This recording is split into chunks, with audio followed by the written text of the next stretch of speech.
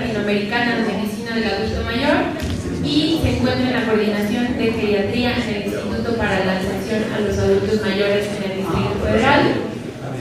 Así que ahora se queda en el uso de la palabra el doctor Pedro Eduardo Valdés. Buenos días.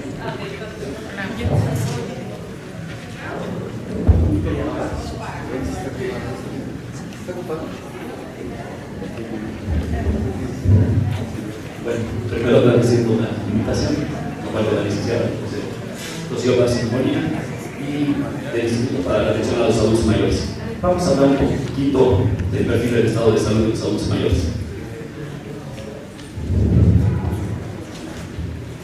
La que sigue.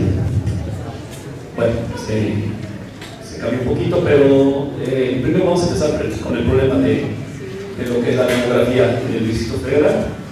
Vamos a ver lo que es la tasa de envejecimiento, que es la proporción de adultos mayores con respecto a la población total en el DF, el índice de envejecimiento, que son las personas mayores o iguales de 60 años, contra las personas menores de 15 años de edad, y el índice de dependencia, que son los adultos mayores de 60 años, contra las personas de 15 a 59 años de edad. Entonces tenemos una tasa y dos índices en específico a los cuales nos vamos a referir ahorita en las siguientes diapositivas. En la siguiente.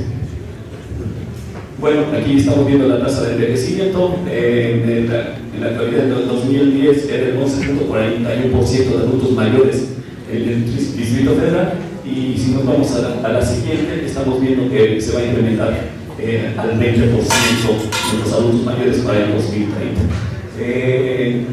Utilizamos las cifras de CONAPO, que las cifras de CONAPO tienen proyecciones hasta el 2030 y NEI solamente tiene proyecciones más cortas.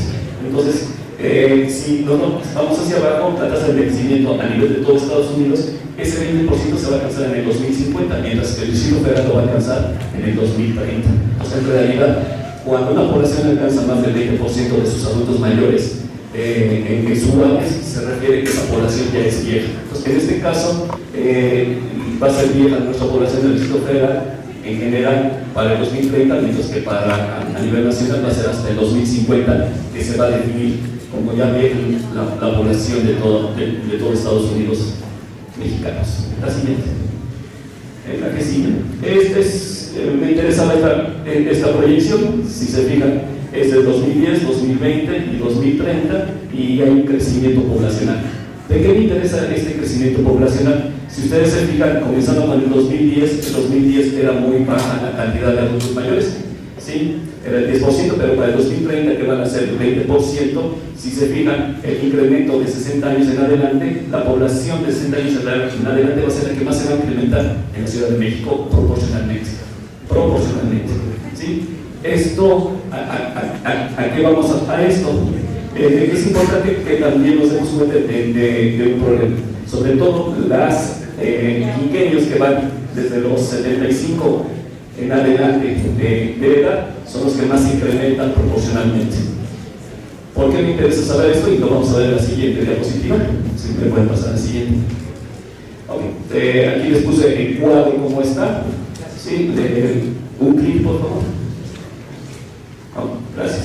Bueno, aquí estamos viendo del 2010 al 2015 el incremento poblacional va a ser de 2.2, 1.2, pero vámonos más adelante. Si se fijan, a partir de los 85, 89 años de edad empieza a aumentar a 1.2, 1.3, 1.4, 1.4. Entonces, los que nosotros llamamos los viejos más viejos son los que se van a incrementar mucho más que la población general.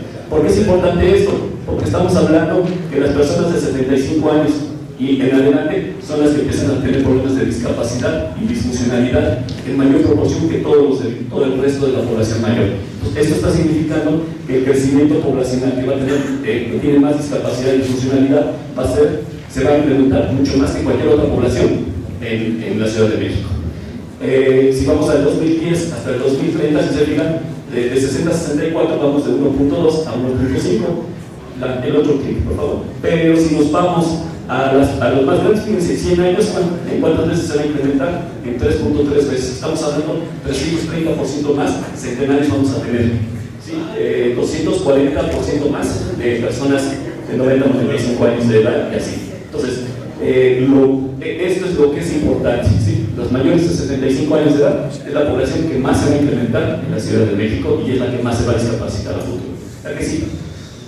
Este es el ejemplo de Estados Unidos mexicanos. El siguiente clip. ¿Sí? La misma situación de proporción. Aquí sí hay datos para hasta el 2050 de proyecciones de la CONAMO. ¿Sí? Y vámonos a la siguiente tabla. Y entonces lo mismo vamos a ver. Le damos un clic primero. Entonces fíjense cómo se va a implementar igualito en la misma presentación que lo que pasó en el DF. La población de mayor edad es la que más se va a implementar, pero si nos vamos en horizontal, ¿sí? Se va a implementar en proporción de 2.6, y si ya nos vamos hacia la siguiente, si ya nos vamos al total, si se fijan, otra vez los mayores de 75 a 79 años de edad son los que más van a incrementarse en proporción que cualquier otro. Entonces aquí estamos hablando de veces más. Estamos hablando de 3.9 veces, 3.7 que son 370% más, 390% más, 420% más, 460% más, y así nos vamos ahí. Entonces imagínense la situación que va a haber en los siguientes años con respecto a lo que es la atención de salud en la población. La siguiente. Bueno, este es el índice de envejecimiento, y entonces aquí estamos viendo que en el índice de envejecimiento, si se acuerdan, era la división de los adultos mayores contra los menores de 15 años de edad. ¿Sí? Entonces, vamos a ver, estamos en el 2010 con el 49.66, esto es, hay 50% adultos mayores contra el 100% de menores de 15 años de edad. Pero para el 2030 ya va a haber más adultos mayores que niños, menores de 15 años de edad. ¿Sí? En el 2030, en la Ciudad de México. ¿Sí? Esto significa, ¿por qué se sacan esas tablas de índice de envejecimiento? ¿Por qué se reemplazo de la población? Entonces, en realidad, a partir del 2030 en adelante vamos a tener un problema de reemplazo de la población. Ya no va a haber población que empiece a reemplazar a las personas adultas mayores, que son los menores de 15 años de edad. Y estamos hablando del área de las personas que a un futuro van a ocupar lo que es la economía y el trabajo. Vamos a la siguiente. Así. Aquí está la de CONAMO, pero hasta el 2050. Si se fijan, la situación de que va a haber más adultos mayores que menores de 15 años de edad, a nivel nacional se va a cumplir hasta el 2050, pero en la Ciudad de México se va a cumplir en el 2030. Vamos a ver el índice de dependencia. El índice de dependencia, como quedamos, es la división de los adultos mayores de las personas de 60 años en adelante sobre aquella población que es trabajadora, y se define como trabajadora pues, que tienen entre 15 años a 59 años de edad. Entonces es la división entre personas de 60 años en adelante entre la población de 15 a 59 años de edad. Entonces vamos a ver qué sucede aquí. Entonces si se fijan, esto nos está refiriendo al final de cuentas que en el 2010 hay 7.38% de personas mayores de 60 años de edad sobre el 100% de las personas que están trabajando. Pero en el Distrito Federal, para el 2030, va a haber casi el 34% de las personas adultas mayores sobre la población que sostiene en realidad con trabajo el Distrito Federal. A nivel nacional lo mismo sucede, pero si se fijan, casi la misma cantidad se va a alcanzar hasta el 2050 a nivel nacional. La siguiente. Okay. Estas son las 15 enfermedades más frecuentes en adultos mayores. Se lo quise traer. No tanto sí es interesante, pero ahorita van a ver que hay parámetros que son más importantes que estos. Entonces, si se fijan, sigue siendo la hipertensión arterial un problema a nivel del Distrito Federal. Seguimos con el problema vascular periférico, que son problemas venosos o arteriales periféricos, la diabetes mellitus, y hay que tener en cuenta que aquí no se puso cáncer, porque los cánceres se definen por tipo de cáncer que hay, pero si contamos todos los cánceres que hay y los hacemos en un solo rubro de cáncer, sumados todos, estarían ocupando más o menos el tercer lugar del problema de cáncer en nuestra población. Entonces, así es como va. Entonces, si se fijan, son muy por encima, la hipertensión arterial sigue siendo un problema importante para nuestra población, ya tiene el Distrito Federal. La siguiente. Este es por sexo, ¿sí? Dividido por sexo, y vean las diferencias que existen en cada una de ellas. Más o menos van empatados. Hay ciertas proporciones de diferencia entre las diferentes enfermedades que hay. La siguiente. Bueno, principalmente nosotros para hacer un diagnóstico nos basamos en una problemática sintomática en los adultos mayores. Nos es difícil a veces hacer diagnósticos directos en enfermedades porque los cuadros clínicos no son iguales a los de las personas en general. Entonces nosotros nos basamos en síndromes geriátricos para hacer diagnósticos más rápidamente. Entonces en este caso de síndromes geriátricos hay varios que son muy importantes y que en un momento dado tienen posibilidad de controlarse. Lo que es el déficit visual y de los cuales la catarata es un problema grave en nuestra población. Vimos también un comparativo que ahorita no traje debido a la cortada del tiempo, pero la hipertensión arterial se relaciona casi con un 50% de problemas visuales en nuestra población también. El déficit auditivo, que sería el siguiente, caída, que este es un problema también grave por el problema de fracturas, sobre todo de cadera, sí. Como tal, es patología dental, que nunca, normalmente no se toma en cuenta el problema dental, pero sí es importante, y así vamos hacia abajo con varios problemas sindromáticos de pediatría. La siguiente. Ahora, les estaba comentando que no son importantes tener en cuenta estos datos, pero es importante más saber qué tanta capacidad tiene la persona para verse por sí misma. Y a eso, entonces vamos a hablar un poquito de capacidad rápidamente. Entonces, les puse aquí en inclinadas algunos partes, y si se fijan, dice, es el máximo nivel posible de funcionamiento. ¿Para qué? Para participar en las actividades en un contexto en todo uniforme, normalizado, y por ello refleja la habilidad del individuo para ajustarse en función del medio ambiente. Eso es capacidad. Es la capacidad que tiene el individuo de sobrevivir en su medio en el que se encuentra y relacionarse con su medio como tal. ¿Sí? La siguiente. Aquí sí. Okay. Entonces, ¿cómo clasificamos nosotros la funcionalidad? En realidad, esto es lo más importante del área de geriatría. La funcionalidad se clasifica de acuerdo a unas actividades básicas. ¿Cuáles son las actividades básicas que clasificamos? La que sigue. Okay. La primera que vamos a ver son actividades sociales de la vida diaria. Otro tipo, por favor. Otro tipo. Perdón. Las actividades sociales de la vida diaria es la capacidad del adulto mayor para relacionarse con su medio en general, ya sea yendo a la iglesia, yendo a trabajar, viviendo un club como tal. La siguiente, que son actividades instrumentadas de la vida diaria, son estas que tienen que ver con el uso de un instrumento, son 8 como tal, y esto me permite saber si el adulto mayor va a sobrevivir fuera de su contexto, de su casa. Entonces son 8 como tal, ustedes la pueden ver, y la que sigue, que son las actividades básicas, esto me permite saber si el adulto mayor va a sobrevivir dentro de su casa. Entonces, esto es dentro de su casa, esto es fuera de su casa, y esto es en un contexto social. Normalmente las que evaluamos son las básicas y las instrumentadas, porque estas son muy difíciles de evaluar, porque son muy complejas. Entonces, estas dos son las que me permiten saber si el adulto mayor va a sobrevivir dentro de su casa. Pues en realidad, sí me interesa saber que sí está discapacitado, pero me interesa saber más si esa discapacidad le permite realizar sus actividades de la vida diaria. La siguiente. Entonces, así clasificamos al anciano sano, aquel que puede cumplir con sus actividades normales, básicas para sobrevivir. El frágil es aquel que puede cumplir con sus actividades básicas para sobrevivir, pero si se enferma, hay un cambio y ya no puede cumplirlas. Y el geriátrico, el cual no puede cumplir sus actividades aunque no esté enfermo en el estado agudo. Entonces, esta es la forma de clasificación de la enfermedad. ¿La que sí? Bueno, entonces llegamos a un contexto, lo que es la fragilidad. Estos adultos mayores, los cuales están en un problema de definición geriátrica o están en un problema de fragilidad en el cual si se enferman, se discapacitan, a eso se le llama el concepto de fragilidad.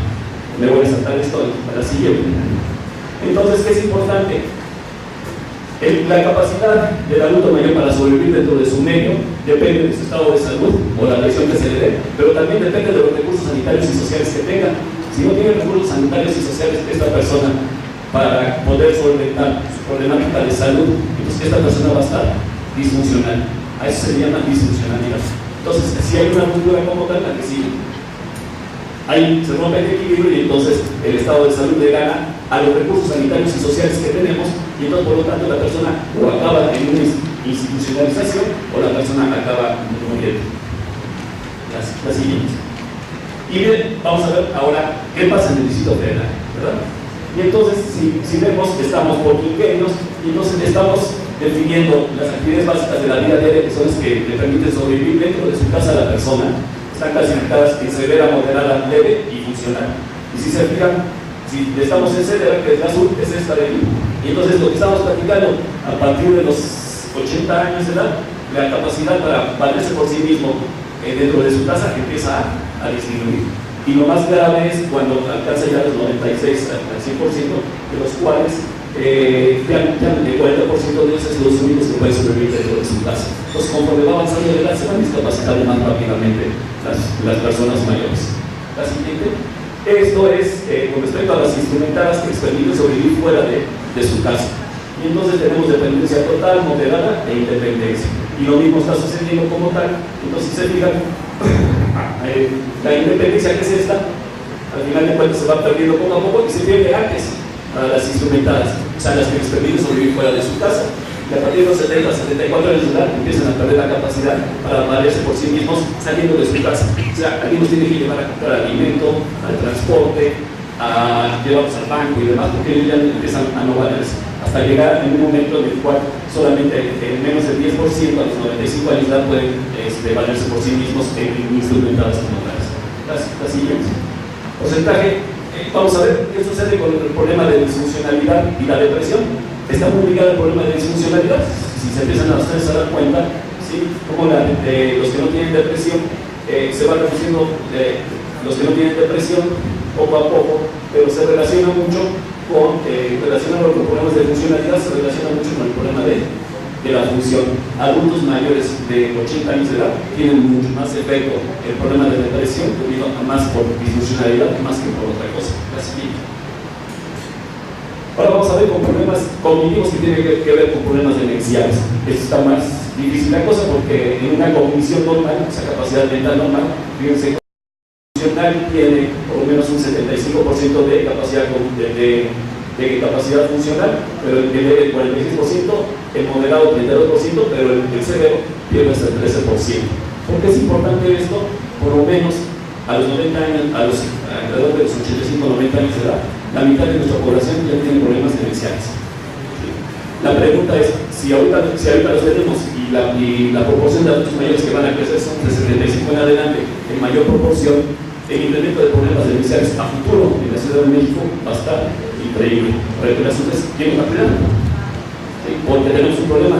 Las mujeres que eran normalmente las que tenían un papel de cuidadoras están entrando a puestos laborales para tratar de sostener a la familia. Entonces, en realidad, ya no hay ese punto de cuidado del área femenina. Entonces, este va a ser un problema futuro con respecto a los adultos mayores. Y por lo tanto, aquí lo estamos viendo. Fíjense, con respecto a las actividades básicas de la vida diaria, fíjense cuánto se requiere un cuidador. Si no cumple ninguna, 91%, 92%, vamos al dato más exacto. Cuando pueden cumplir 5 actividades básicas de la vida diaria, ya necesitan el 50% de ellos cuidado. Y de aquí para abajo, conforme más va teniendo la capacidad funcional, va necesitando una mayor proporción de cuidado. En instrumentadas, lo mismo sucede. A menor capacidad para hacer las instrumentadas, se va requiriendo mayor posibilidad de tener un cuidador para el adulto mayor. La siguiente.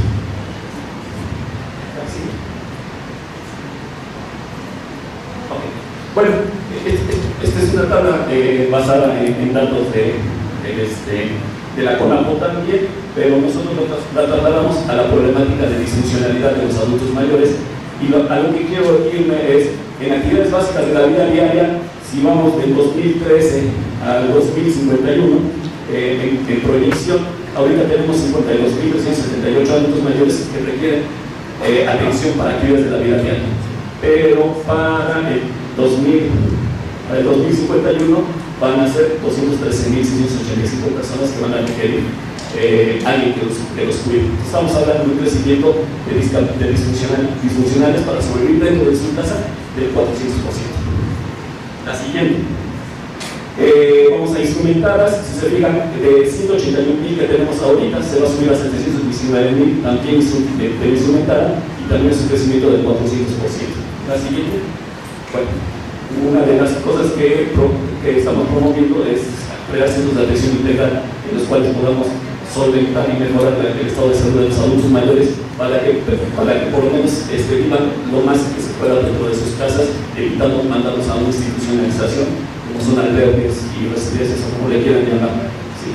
La mejor calidad de atención que se le pueda, o que se le pueda dar a un adulto mayor es dentro de sus casas. Entonces, hay que crear centros de atención integrales que nos permitan mantenerlos en sus casas lo más que se pueda. Y estos son algunos puntos fuertes con respecto a estos centros de atención de salud. Gracias.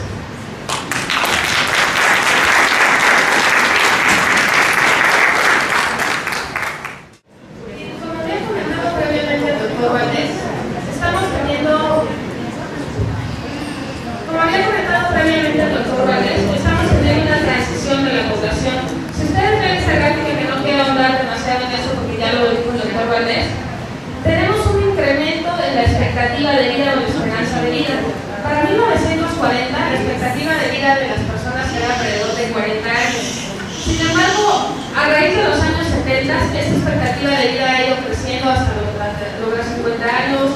En el 90 teníamos una expectativa de 65 a 75 años y hoy día nuestra expectativa de vida está alrededor de los 80 años. Si ven, les mostré a nivel mundial y a nivel de lo que sucede en diferentes continentes, lo que tengo graficado en rojo es lo que corresponde a América Latina y México. Si vemos en el mapa, realmente somos de los países que vamos a lograr tasas de longevidad o expectativas de vida altas, de 70 a los 79 años. Entonces, como ven, esto plantea un gran reto de salud, porque obviamente cada día vamos a ser más longevos, pero al ser más longevos nos vamos a enfrentar a enfermedades que normalmente en décadas pasadas no habíamos vivido. El tema que voy a abordar ahorita es la salud de la mujer posmenopáusica.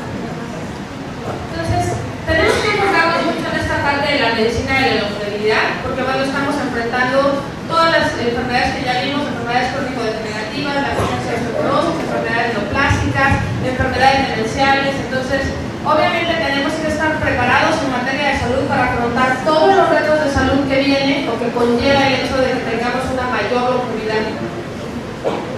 Entonces, si ustedes ven, para las enfermedades comunes en las mujeres, yo las englobé en orden de importancia de qué tanta incidencia o qué tanto se presentan dentro de los problemas de salud. Entonces, si ven, el mayor problema de salud, digamos, para las mujeres mayores de 50 años y adultos mayores, es la presencia de fracturas por osteoporosis, la presencia que si ven es 1.456 millones, ataques cardíacos, infarto cerebral y cáncer de mama. De tal manera que aunque no se tiene mucho en mente la osteoporosis, no es una enfermedad de la que se hable demasiado ni haya demasiadas asociaciones, si ven, es un problema mucho más importante, por lo menos para el rubro de las mujeres posmenopáusicas, que ataques cardíacos, que incluso cáncer de mama, que a lo mejor tiene una mayor difusión. Entonces, todos y cada uno de nosotros, como ha ido sucediendo la vida, pues ahora tenemos expectativas de vida muy largas. Y si ven, pues esta paciente sin diagnóstico de densitometría, sin radiografías, nos dice a gritos que tiene osteoporosis. Vean la columna cómo está encorvada, tiene cifosis. Tiene un riesgo muy alto de padecer fracturas por el deterioro de la salud del hueso, pero además de todo porque esos pacientes pues tienen otros trastornos como la disminución de la agudeza visual. Ya lo había comentado el doctor Valdés, ya no tienen todas las habilidades para valerse por sí mismos, así que están expuestos a mayor número de caídas y por lo tanto tenemos mayor número de frecuencia de fracturas y entonces es un problema que es sumamente importante. Ahora, ¿cómo podemos definir osteoporosis? Bueno, osteoporosis, la Organización Mundial de la Salud trató de clasificarla a través de un estudio que es el estudio de densitometría y nos dijo que todas aquellas pacientes que tengan un score por la densitometría mayor a 1 serán normales, aquellas que tengan de 1 a 2.5 tendrán osteopenia, es decir, ya tendrán un déficit de la masa ósea, y aquellas que tengan menos de 2.5 serán clasificadas como osteoporosis, y más aún tenemos algo que llamamos osteoporosis severa, que son aquellos que tienen menos de 2.5 con presencia ya de fractura clínica. Pero aquí viene algo importante y me gustaría mostrarles esta gráfica en donde no necesariamente solamente las que tienen 2.5 se van a fracturar. Si ven, tenemos un pico de fracturas que corresponde a densidad mineral ósea de 1 a 1.5, que realmente cataloga como normal. ¿Qué significa eso? Que probablemente, aunque no tenga yo una densitometría estoy en riesgo de tener osteoporosis y tener obviamente fracturas que puedan conllevar pues, deterioro en la calidad de vida de cualquiera de nosotros. Ahora, eso hizo que se cambiara el concepto de que es osteoporosis. Ya no es nada más basado en un estudio clínico como la densitometría, sino tienen o entran en juego una serie de características importantes. A fin de cuentas, si ustedes ven, les muestro un hueso normal. Un hueso normal está formado por múltiples trabéculas, es un hueso engrosado, es un hueso fuerte, resistente, flexible, y que todo esto me integra simple y sencillamente la calidad ósea, y por lo tanto es a lo que me conlleva de decir si un paciente tiene o no tiene osteoporosis.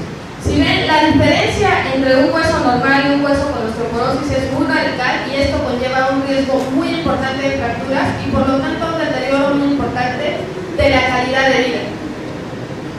¿Cuáles son los factores de riesgo o cómo sé si yo estoy en riesgo de padecer osteoporosis? Pues en realidad el hecho de que la población se haya vuelto más longeva y que tengamos ahora expectativas de vida mucho más largas es un factor de riesgo.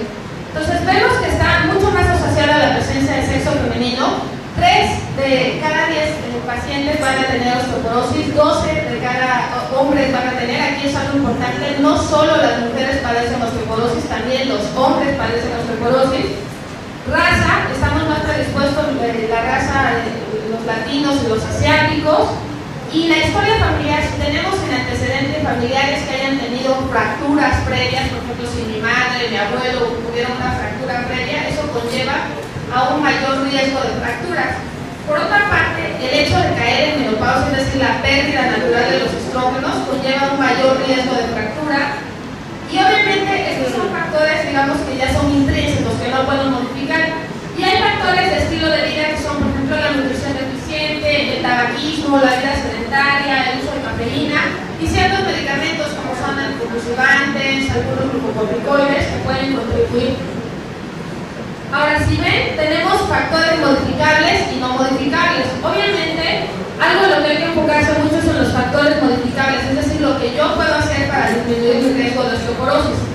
Y bueno, en esto es la historia de caídas, que es importante que algo se pueda modificar. El índice de masa corporal, se ha visto que el sobrepeso está muy relacionado con la presencia de osteoporosis y presencia de fracturas.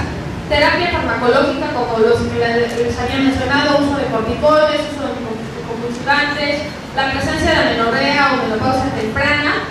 Y nuevamente les repito, uno de los factores que se ha asociado, si lo ven en la mañana vimos que tabaquismo es una enfermedad que está relacionada pues desde el punto de vista de salud con múltiples enfermedades, neoplasias, la presencia de enfermedad obstructiva, osteoporosis es otra de las enfermedades que está relacionada al tabaquismo. Consumo excesivo de alcohol, que también ya lo habíamos visto, es otro de los factores muy relacionados. Y la deficiencia de vitamina D, calcio, que bueno, en realidad está englobado dentro de los trastornos de nutrición.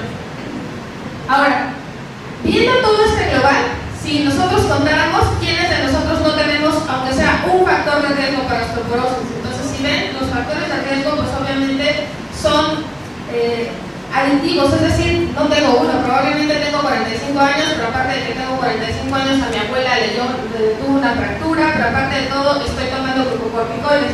Entonces, si ven, si yo voy sumando cada uno de los factores que yo voy teniendo, pues esto me va llevando a un mayor riesgo de fracturas, de tal manera que, por ejemplo, si tengo un factor de riesgo solamente, mi porcentaje de fracturas a lo mejor está alrededor de los 10%.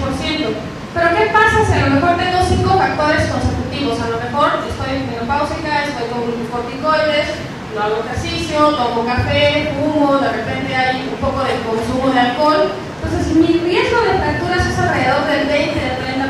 Entonces es importante tener en mente en la población en general cuáles son los factores de riesgo. ¿Por qué?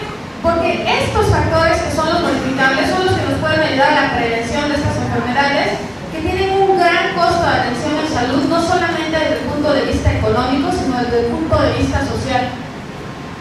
Entonces, esto, a manera somera, nada más les muestro, es una página que hay en internet, que es una página que lo que hace es medirme el riesgo que yo tengo y toma en cuenta edad, peso, hábitos, ingesta de algunos medicamentos y me dice o me predice cuál es mi riesgo de tener osteoporosis. Ok. ¿Y por qué es importante la osteoporosis? Porque no solamente es la presencia en un estudio de que me digan que mi densidad mineral ósea está baja, sino que esto me conlleva lo que les había comentado, un riesgo muy alto de tener fracturas. Entonces, si ven, la osteoporosis no es una enfermedad privativa de gente muy anciana. Desde los 50 años, que ahora ya es una etapa productiva, es una etapa donde todavía estamos trabajando, tenemos riesgo de fracturas. Y este riesgo se va incrementando paulatinamente. Y si bien ya vimos tanto en las gráficas iniciales como con el doctor Valdés, que estamos teniendo una transición demográfica y que hoy día somos más longevos, obviamente es una enfermedad que a largo plazo va a tener un gran impacto. Entonces, si ven, esto pues va aumentando. Les muestro las gráficas de estimación de incidencia de fracturas a partir de los 50 años y qué es lo que se tiene estimado. Si ven, por ejemplo, países como África no tienen casi incidencia de osteoporosis. ¿Será que ellos no tienen osteoporosis? Si recuerdan las primeras gráficas, los que les mostré es que ellos tienen expectativas de vida muy cortas todavía, su expectativa de vida es alrededor de los 50 años. Pero ¿qué pasa con países como Europa, en donde realmente hay una gran incidencia, en continentes como Europa, en donde hay realmente una incidencia muy alta de fracturas y de osteoporosis, y América Latina? Esto es un panorama global, pero bueno, lo que nos interesa, ¿cómo está México? ¿Qué pasa con México? Esto es algo que nos muestra no solamente cómo ha ido incrementando. En azul les muestro una gráfica que corresponde a la prevalencia o cuántas fracturas había en los 90s, en rojo cuántas se esperan para el 2025 y en verde cuántas se esperan para el 2050. Y si ven, en todas las áreas se considera o se prevé un crecimiento del índice de osteoporosis y de fracturas. Y obviamente ese crecimiento exponencial del riesgo de fracturas y de osteoporosis generará altos costos de atención, lo que les mencionaba, no solamente desde el punto de vista económico, sino también desde el punto de vista social. ¿Quién va a cuidar a todos estos pacientes que debido a una fractura van a tener invalidez, van a tener postración en cama? Es bien importante, aunque les decía, no es un tema que a lo mejor esté tan en boga como adicciones, como cáncer de mama, pero es un tema bien importante dada la transición demográfica que estamos viviendo. Ahora, lo que les mencionaba, ¿cómo está México? Pues si ven, México está más o menos al parejo que los países europeos. Hoy nuestras expectativas de vida están alrededor de los 80 años y, de acuerdo a la plática que mencionó el doctor Valdés, a partir del 2030 en el DF va a haber muchos personas que pasen más de 100 años, es decir, vamos a tener muchos más ancianos o adultos mayores. Ahora, ¿qué hay respecto a la presencia de osteoporosis hoy día? Hay un estudio que se corrió para conocer cuál es la incidencia de osteoporosis a nivel de América Latina, que es el estudio Lagos, en Argentina, Colombia, México, Venezuela, Brasil, Puerto Rico y Uruguay. Si ven, para México, a partir de los 50 años que les mencionaba, realmente somos adultos mayores, pero no ancianos, hay un riesgo de fracturas de alrededor del 8%. Pero ¿qué pasa en los pacientes que ya superan los 70 años? El riesgo es alrededor del 20%. Y si nos vamos a aquellas personas que ya tienen más de 80 años, el riesgo es casi del 40%. Nuevamente reforzamos, hoy día, en los pacientes de más de 50 años, 3 de cada 10 pacientes van a tener osteoporosis y de esas 12 se van a fracturar o van a tener fractura de cadera, que es una de las fracturas con mayor índice de complicaciones.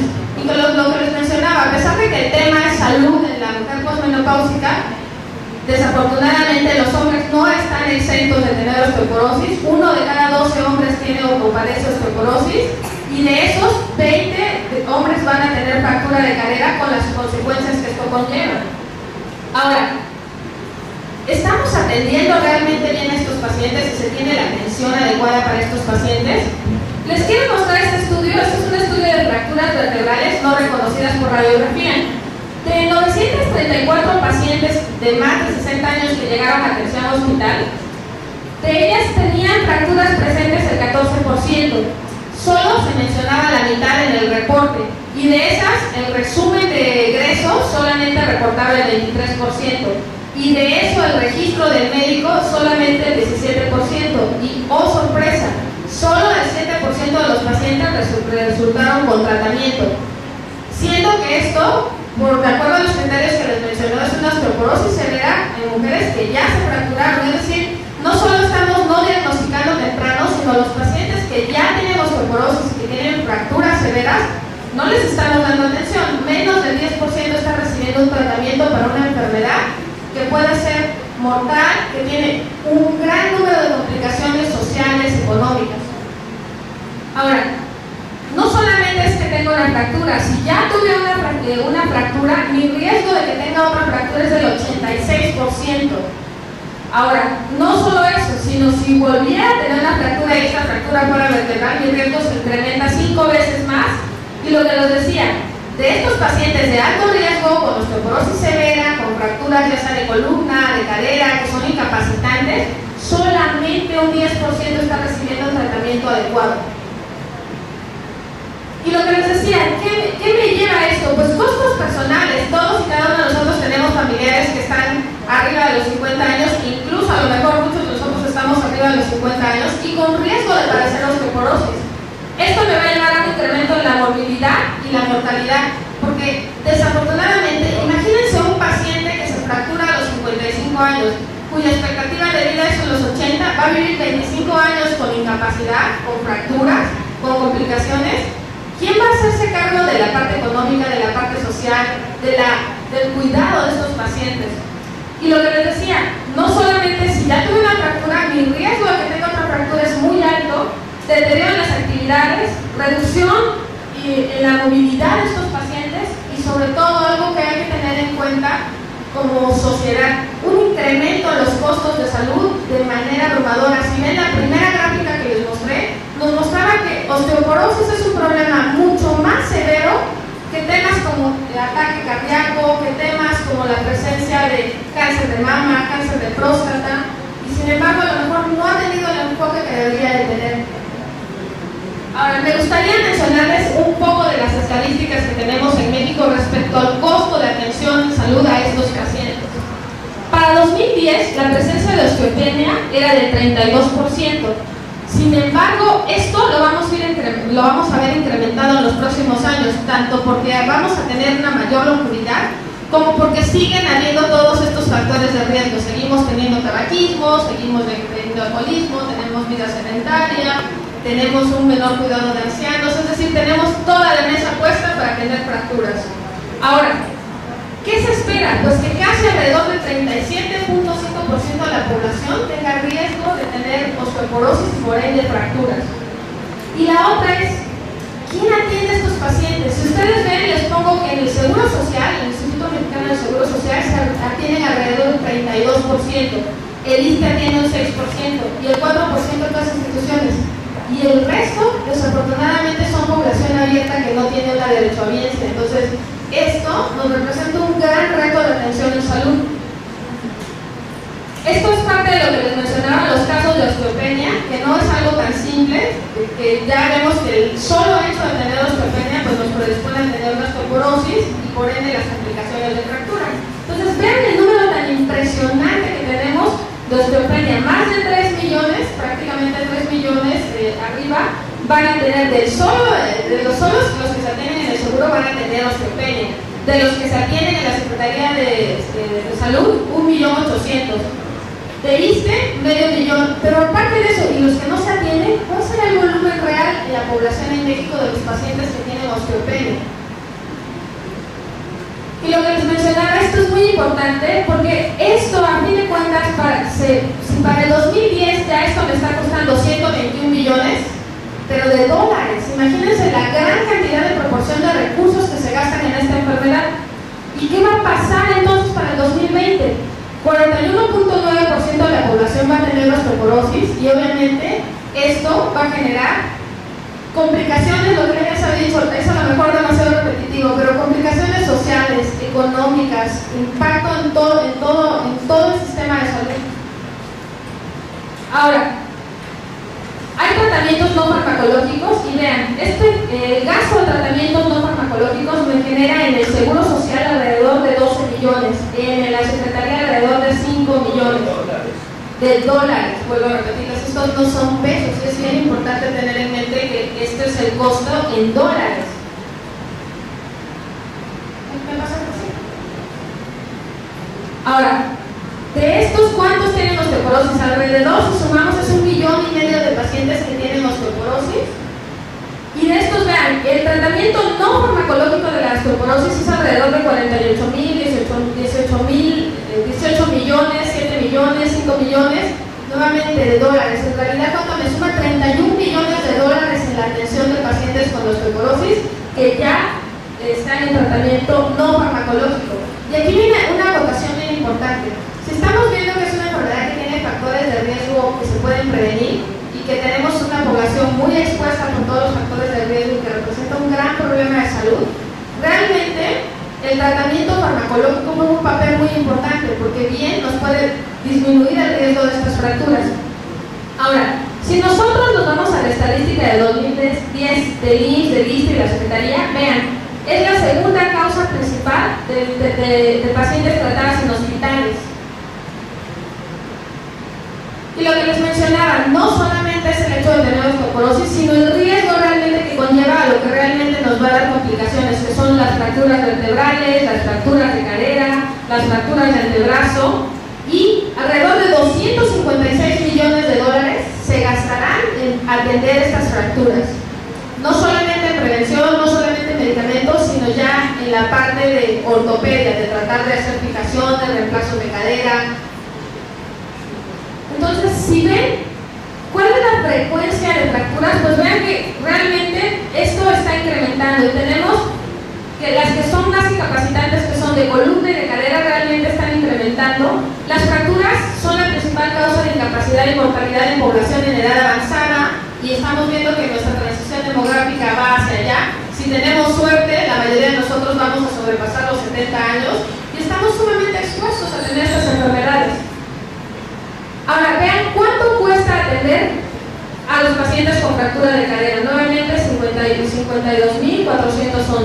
Un paciente. ¿Cuánto cuesta vértebra? ¿Cuánto cuesta antebrazo? ¿Cuánto cuesta húmero? Y nuevamente, vean, por ejemplo, toda la cantidad de recursos que se tienen que hacer. Y, por ejemplo, para cadera, el 95% de los pacientes que sufran fractura de cadera tienen un riesgo de morbilidad muy alta. El 60-70% no volverán a ser funcionales, es decir, no volverán a caminar. El 95% por ende es un tratamiento quirúrgico y de rehabilitación. Y obviamente las fracturas pues, son las complicaciones más severas que estamos viendo de la osteoporosis que pueden conllevar incluso a la muerte.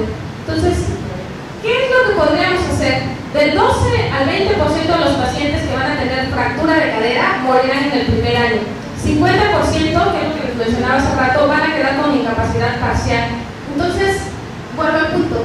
Si no hay prevención en materia de osteoporosis, tanto para prevención primaria, es decir, tratar de evitar los factores de riesgo, como prevención secundaria, que es diagnóstico temprano y tratamiento adecuado a estos pacientes, pues obviamente a largo plazo esto puede ser un gran problema en costos de salud. Nuevamente, como para remarcar esta parte, fracturas de cadera, lo que les mencionaba, una gran incapacidad, 95% de los casos quirúrgicos. Una de cada 12 mujeres tendrá fractura de cadera. Nuevamente, 1 de cada 20 va a tener fractura de cadera en los hombres. Y tenemos que esto pues obviamente merma la calidad de vida de los pacientes. Ahora, ya vimos el panorama de cómo está a nivel mundial, cuáles son los factores de riesgo, cómo se diagnostica, pero ¿qué podemos hacer para tratar de combatir este problema? Si habíamos visto que uno de los factores de riesgo son la baja ingesta de calcio, vitamina D, la malnutrición, obviamente eso es un foco en el que hay que actuar. Hoy en día, en la población de más de 50 años, el 60% de las mujeres tienen déficit de calcio y vitamina D. Entonces es importante esta suplementación, esta educación a la población en general para que conozcan tanto los factores de riesgo y ellos traten de evitarlos. Ahora, habíamos visto otro de los factores de riesgo es la obesidad. A mayor obesidad o un índice mayor de masa corporal de 19, mi riesgo de tener osteoporosis y tener fracturas es mucho más alto. Otra de las cosas que debemos limitar es la ingesta de alcohol o cafeína, que se ha visto, de hecho, algo tan simple como 3 tazas de café al día me incrementa mi riesgo de tener osteoporosis hasta 5% o 5 veces más, mejor dicho, a una persona que no tomara café ni alcohol. Tabaquismo, que es uno de los grandes factores de riesgo. Y la otra es promover ejercicio en forma regular, actividad. Sabemos bien que el ejercicio densidad mineral, incrementa la fortaleza del hueso y por lo tanto disminuye el riesgo de fracturas. Y obviamente, si estamos viendo que muchos de los pacientes que sufren osteoporosis y que sufren fracturas son adultos mayores, algo que hay que hacer es prevenir las caídas o prevenir el riesgo de caídas con señalizaciones, con presencia de rampas, es decir, tratar de tener los menores factores de riesgo para la población. Y algo que es muy importante es optimizar el tratamiento. Si ya estamos viendo que un gran porcentaje de la población tiene osteopenia, otro porcentaje tiene osteoporosis y que esta población está expuesta a fracturas y a todas las complicaciones que esto lleva, algo que es muy importante es brindarles a los pacientes un diagnóstico temprano y brindarles la oportunidad de tratamientos óptimos. Es decir, una vez que ya están diagnosticados con osteopenia o con osteoporosis, es mandatorio, es indispensable tratar a estos pacientes. Obviamente ocuparíamos otra plática para hablar acerca del tratamiento en específico, pero no cabe duda que parte de la prevención, como prevención secundaria, es un diagnóstico temprano y un tratamiento óptimo para estos pacientes. Entonces, este es como el panorama de la salud en menopausia. Si ven, me enfoqué mucho en osteoporosis porque les mencionaba es un problema bien importante, más importante que cáncer de mama, más importante que próstata. Con esto terminaré. No sé si hayan comentarios o preguntas.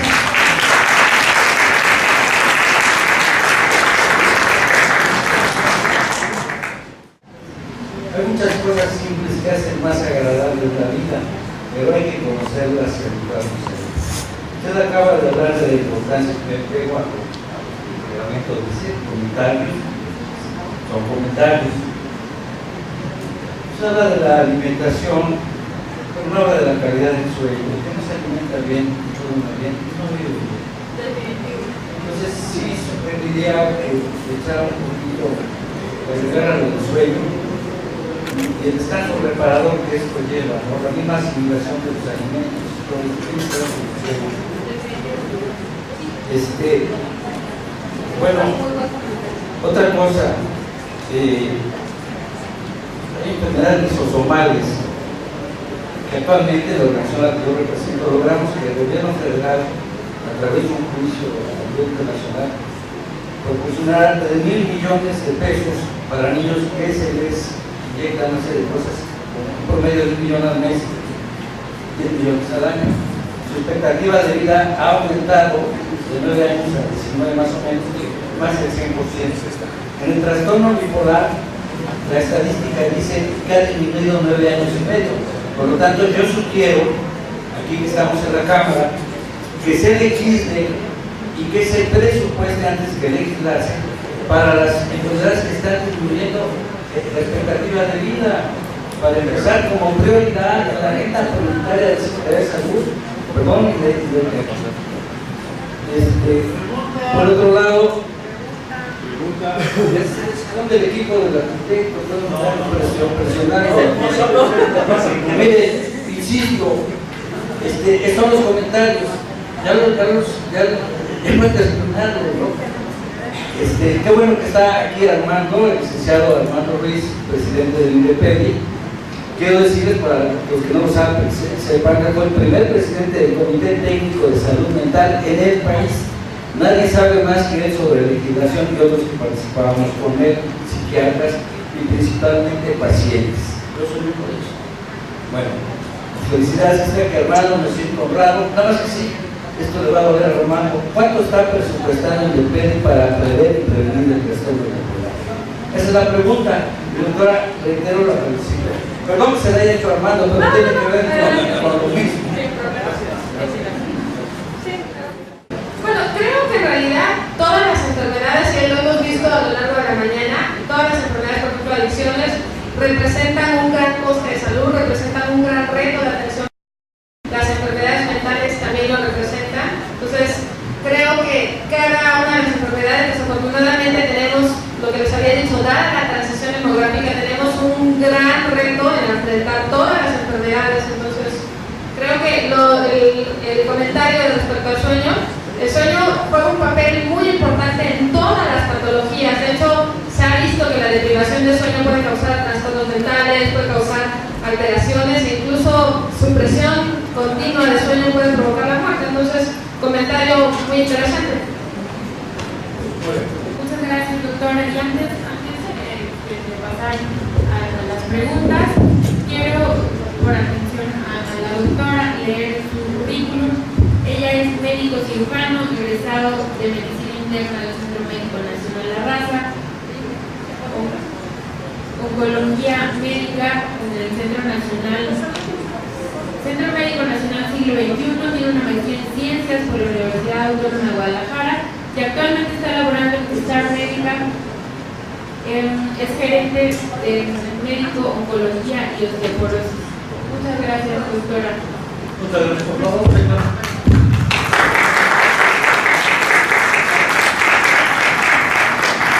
Bueno, hace rato platicando aquí con otra asistente a este foro, comentábamos efectivamente la importancia de la alimentación y no solo de los que somos de la tercera edad hacia otro estado, sino también de la importancia de la alimentación en general e incluso que tiene que ver con los padecimientos mentales.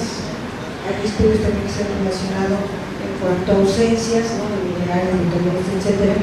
Y que a mí me parece que esas políticas públicas y este enfoque hacia la población de la prevención mediante la alimentación, el cuidado, el sueño, la salud, el deporte y otros, no han sido lo suficientemente enfáticos como para lograr cambiar la perspectiva que tenemos.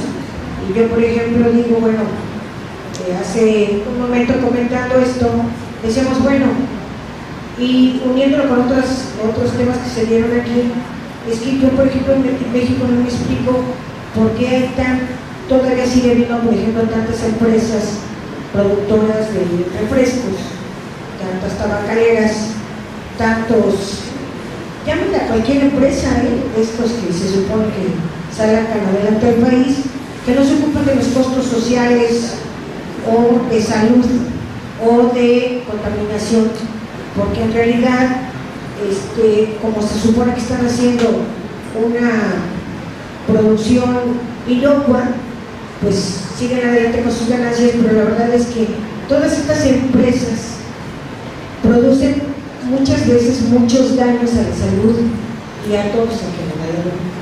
Entonces, también comentábamos con esta persona el asunto que, por ejemplo, en el caso de los adultos mayores y esta posibilidad de acceso con ellos de una educación de la salud en esta edad y como para prevenir tantos costos, es el asunto de que se otorgan apoyos a estas personas y no se les pide que, por ejemplo, no se les orienta realmente en cuestiones de organizaciones de salud, que creo que es un padecimiento que tenemos en lo general en México, y con este asunto de la diabetes, de la insuficiencia renal crónica, de cáncer y todos los padecimientos mentales, y que sigue habiendo esta carencia.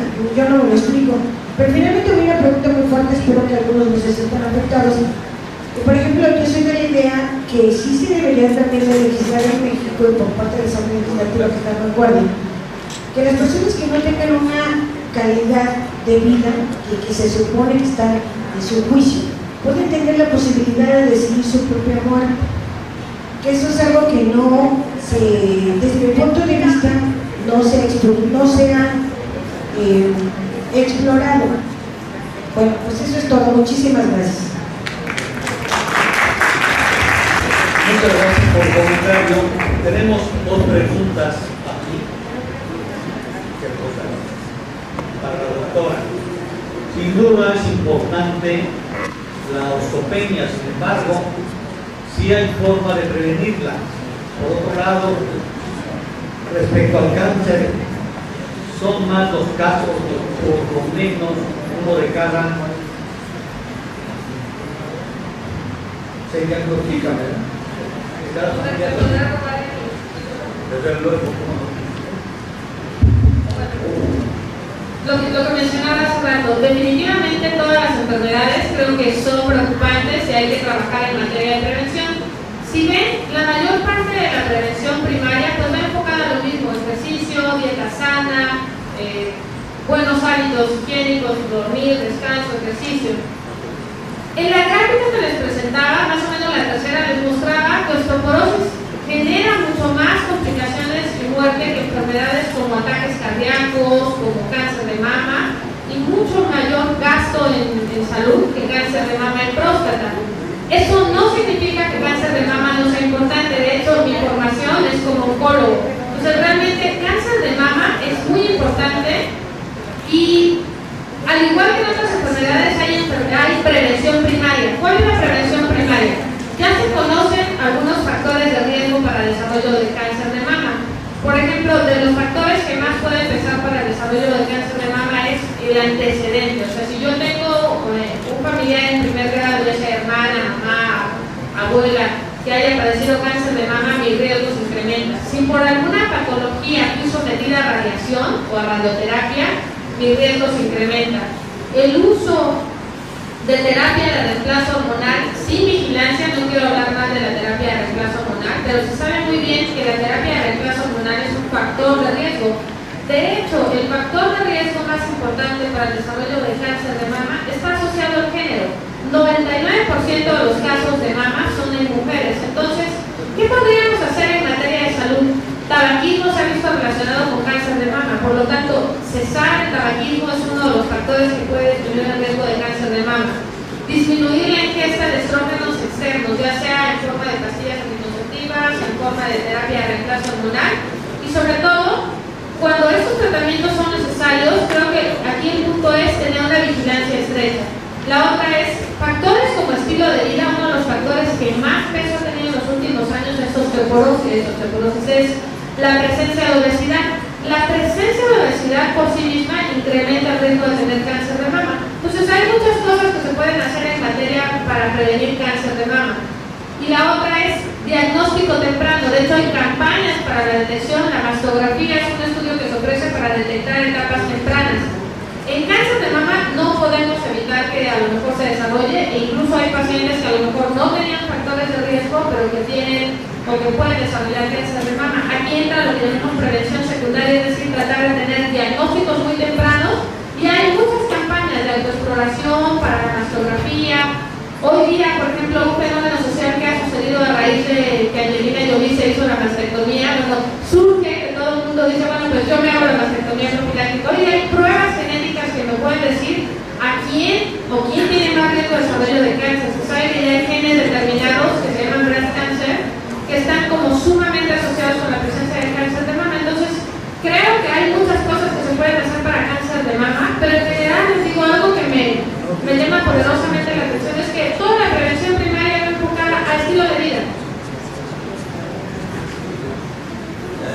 Otra pregunta: ¿qué tanto coopera en la osteoporosis o la osteopenia la deficiencia de la vitamina D? ¿Y por qué, además de densitometría, no se hace en forma rutinaria determinación en sangre de vitamina D alendronatos? Como les mencionaba, hay un estudio, digamos, una de las personas que más está enfocada en osteoporosis es la doctora Clark, y ella hace un estudio que es el estudio que les mostré, el estudio Lagos, y en este estudio se muestra que el 60% de la población de mujeres de más de 50 años tiene déficit de vitamina D. Entonces, ¿qué podemos hacer? Pues tratar de mejorar la ingesta de vitamina D, tanto en la dieta, y hay algunos alimentos, por ejemplo, todo lo que contiene proteína, los charales, el queso, la leche, los huevos, la avena, las acelgas, son con un alto contenido de vitamina D. Está recomendado tomar el sol por lo menos 10-15 minutos en horarios determinados para disminuir el riesgo de melanoma, que es un cáncer de la piel, pero bueno, también, digamos, se ha asociado con esto que se puede hacer ahora.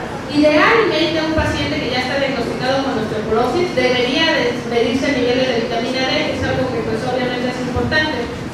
Y la otra es, lo que les había mencionado, densitómetro no es igual al diagnóstico de osteoporosis. Osteoporosis es mucho más que densidad mineral ósea, es lo que habíamos visto. Algo que me gustaría que se quedara en la mente del público es que hoy día yo puedo ir a mi casa, llegar en internet y meterme a esta página de Prax y decir, tengo 56 años, tomo 3 tacitas de café al día, fumo, mi mamá se fracturó la cadera, mi riesgo de fractura es tanto. ¿Por qué? Porque eso nos hace ser conscientes y por lo tanto tratar de tener un poco de prevención tanto primaria como secundaria es decir, si no tengo factores, pues tratar de evitarlos. Si ya los tengo, tratar de reducirlos y tratar de buscar atención médica para recibir un tratamiento óptimo. Muchas gracias, doctora.